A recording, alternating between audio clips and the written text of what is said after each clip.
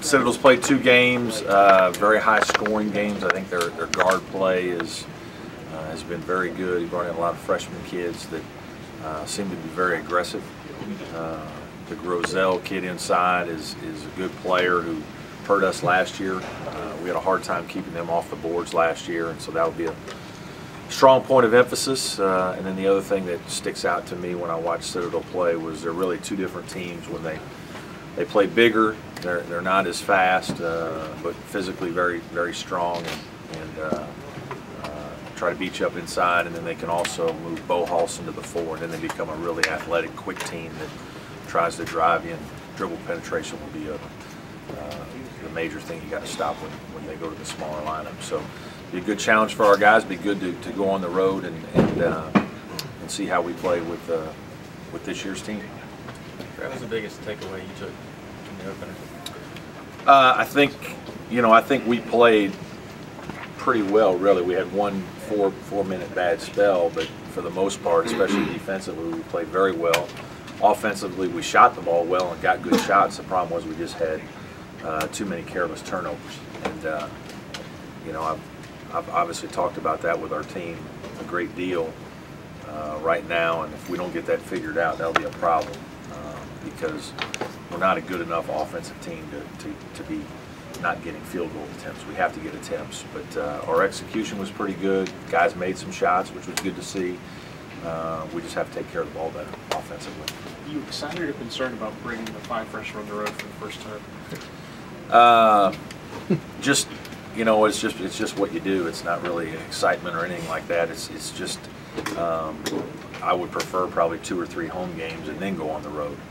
But we need to do this. It's something that'll help us. We've got other road games here in the first part of the year, non-conference schedule that we need to prepare for as well. So might as well go ahead and get after it. And it's always good for us to go to Charleston. And we have a lot of people down in the Low Country that'll be there supporting us, I hope, just like last year at Charleston. So freshmen, it'll be interesting to see how they play. We'll see how many of them play. Kind of depends on today's practice and then how the game starts.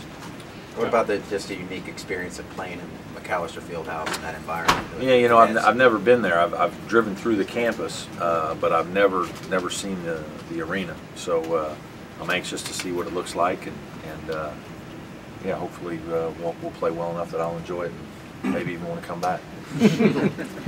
Kind of what you just added on to playing in Charleston. Is that kind of an added bonus that this is your first road game, knowing that you're going to have a lot of alumni and fans probably there supporting you? I hope so. I mean, certainly it's still a road game, and they'll have more people there than us. But it'll be nice if we have a section of orange that's there to support us, and still at the end of the day, you got to play well enough to get them excited to cheer for you.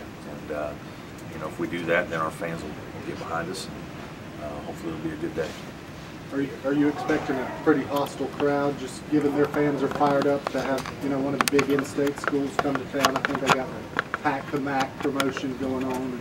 I mean, I would assume so, and it'll be good for our guys to play in an environment that's good. We want to do that. We know we're going to have to do that when we get to the ACC, and we'll see that at Iowa and Arizona. I mean, they'll have big crowds. So yeah, it was last year when we played at College of Charleston, it was really good atmosphere, and I don't expect anything different tonight or tomorrow night. You mentioned the Grosel kid. Obviously, double-double, played well in their tournament out in Colorado. What have you seen from him that's going to be a challenge? Just big and strong. It's you don't have to be some sort of tremendous front court athlete if you've got width and if you've got toughness, and he has both of those things. He's got good skills.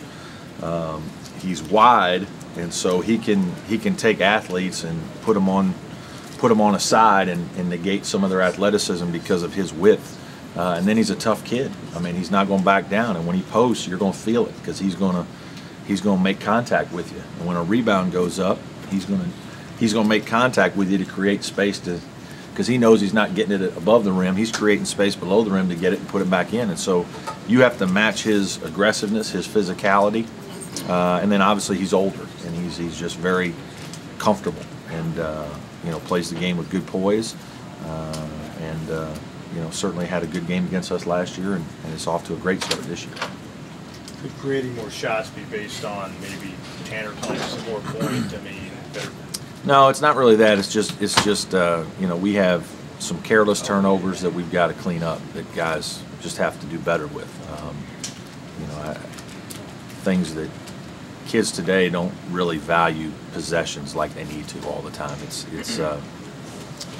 They grow up playing in a way that, I sometimes think that even the winning and losing at the AAU can sometimes not matter because you play so many games in a day that then that devalues the possession of a basketball, and so it takes a while to get your team to really understand that and to get better at it, and we have to do that.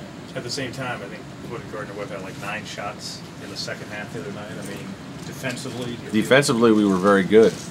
Great energy, pretty good attention to detail. Activity level was high. Obviously held them to a very low field goal percentage and high turnovers. So, it felt like they made more threes than they did. I remember going at halftime and it felt like they'd made 6 or 7 threes at the first half, and it was only a couple. And that's going to happen. So I was very pleased with how we defended the first game. But again, we played mostly older players. What you saw from South in that first game, is that what you've seen in practice? Has he been consistent? He's up and down just like most freshmen would be. I mean, he played like that against Georgia, made 3 threes against Georgia and played well. And then in the Queens exhibition, I don't think he played as well and didn't shoot the ball as well. But he's not afraid to take a shot. He's not afraid to try to make a play. It's just trying to get him to be efficient, understand what's a good shot, when he needs to try to make a play, when he tries to just stay within the offense. It's some of those things, but he's played reasonably well, and he's played better than the other guys defensively, and that's why he's playing more. What's his ability to create his own shot? It's okay. He's still a little slight physically, so I mean he can go by people on some closeouts and things of that nature, but he sometimes tries to do it too early in a possession when the defense is set, and you're able to get by with that in high school, but at this level you're just not going to be able to make first side offense very often, and it's teaching him those kinds of things and maybe fine-tuning some of his fundamentals a little bit. Can you put a timetable for that shift in the value of the possession? No, it's just, it's different. It's different with every team, but it needs to happen quickly for us because we're not going to be, because of the way we play and because of the way we defend, longer possessions for the other team. Sometimes we have longer possessions. There aren't as many possessions in games. And so, like for us to win by 20 in a low possession game is a pretty significant win. I think people sometimes forget, like, when you don't have 70 shots in a game and you only take, 48 shots or whatever it is, it's hard to win by 20. So, I think we played better than people realize in the first game, even though it was tied at the half. Gardner-Webb was gritty and played hard, but obviously defensively we were outstanding in the second half, and offensively we were reasonably good for a first game. Is that something that you saw deteriorate, I guess, in the last decade or so? You've seen? Yeah, I just think it's just the style. I think maybe the game's sometimes not quite as fundamental as it once was. But the guys are more talented. The guys can make more plays, and so because of that, coaches give them more freedom to go do things. But if you're not careful, the game gets away from you. And just our style is such that we always need to be careful of how we take care of it. Valuing the ball is going to be a high priority because of the way our style is. We're probably not like Chad Morris's offense. We're somewhere back, like most people. We're not going to lead the nation in scoring or attempts or any of that kind of stuff, and some of that's because of the way we defend. It's not going to happen because you're not going to shoot.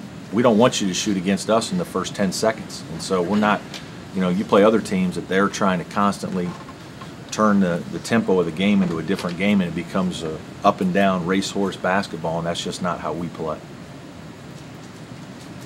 I think Coach Morris has the same concern. Any other questions? Okay, thank you guys. Thanks, Christopher. Thank you. Thanks, Coach. Come claim your microphone. Yes. Trying to reach. That yours, I'm trying to fight That through it? a screen. There you go. Screen. Fighting